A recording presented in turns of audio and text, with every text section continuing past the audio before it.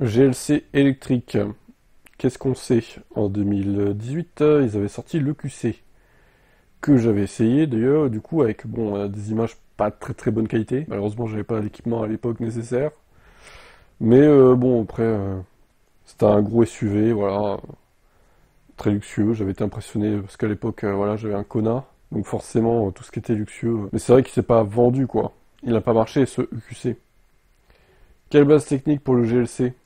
Ce GLC va inaugurer une nouvelle base technique, la MB-EA. Celle-ci est dédiée au modèle électrique de milieu de gamme et haut de gamme de Mercedes GLC, donc pas une simple conversion électrique du modèle déjà lancé. Les deux GLC sont ainsi des véhicules bien distincts. La silhouette de l'électrique aura un air de ressemblance avec celle du thermique, l'idée n'étant plus d'avoir des formes trop originales. Celles des EQE et EQS avec capot courant n'ont pas séduit les clients de la marque, toutefois l'allure sera un peu différente avec un empattement allongé de 8 cm. Mercedes a aussi indiqué que le GLC va inaugurer le nouveau visage de la marque, avec visiblement une inédite calandre agrandie, inspirée des modèles du passé. On retrouvera les signatures lumineuses évoquant le logo, inauguré par la CLA électrique. Le coffre s'annonce déjà généreux, 570 litres, et le Frunk 128 litres, le coffre à l'avant.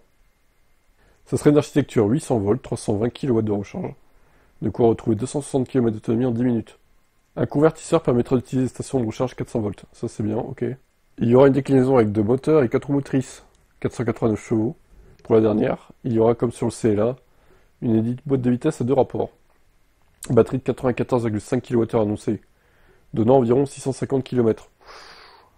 Ouais, alors je serais curieux de voir quand même avec un SUV de cette taille et pas hyper efficient par rapport à une CLA. Peut-être, hein, peut-être, mais j'attends de voir les essais réels. Tablons plutôt sur 550-600, allez maxi. A noter que le véhicule aura une capacité d'embarquage pouvant atteindre 2 tonnes 4. Il pourra être équipé de roues arrière directrices et d'une suspension pneumatique reprise à la classe S. Ok, bon, le prix évidemment sera cher.